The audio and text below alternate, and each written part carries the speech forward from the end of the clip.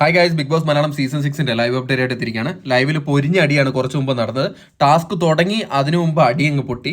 അടിയെന്ന് പറഞ്ഞു കഴിഞ്ഞാൽ അമ്മാതിരി അടി, ഒരു കാരണമില്ലാണ്ട് രണ്ടുപേര് അടി കൂടുക. രണ്ടുപേരും മറ്റാരുമല്ല, രതീഷും സിജോയും തമ്മിലാണ്. രണ്ടുപേരും പുറത്തുനിന്ന് വന്നവരാണ്. അപ്പോൾ പുറത്തുള്ള കാര്യം പറഞ്ഞിട്ടാണ് പിന്നെ അടി. എന്തായാലും നല്ലൊരു അടിയായിരുന്നു. അടി കണ്ടിട്ട് ബാക്കിയുള്ളവർക്കൊന്നും മനസ്സിലായില്ല ഇത് എന്തിനാണ് ആ ഇവന്മാർ അടി കൂടുന്നതെന്ന് ഒരു പിടുത്തവും കിട്ടുന്നില്ല. അതിൽ രതീഷിൻ്റെ ഭാവാവിനെയും ഭയങ്കര ആർട്ടിഫിഷ്യലായിട്ട് നമുക്ക് തോന്നുന്നത്. കറക്റ്റ് കണ്ടറിയാം പുള്ളി എന്താ അടി ഉണ്ടാക്കാനായിട്ട് അടി ഉണ്ടാക്കുകയെന്ന്.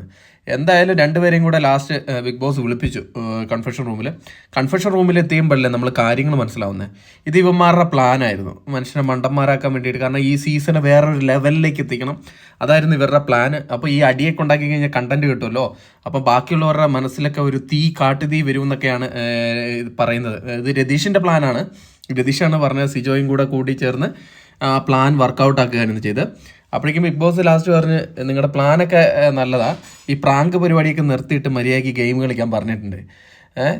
ഇത് ജനങ്ങൾ കണ്ടു കഴിഞ്ഞാൽ ഇത് മനസ്സിലാവില്ലെന്നാണ് അവരുടെ വിചാരം. നല്ല ആർട്ടിഫിഷ്യൽ അഭിനയമായിട്ടാണ് തോന്നിയത് നമ്മുടെ രതീഷിൻ്റെ.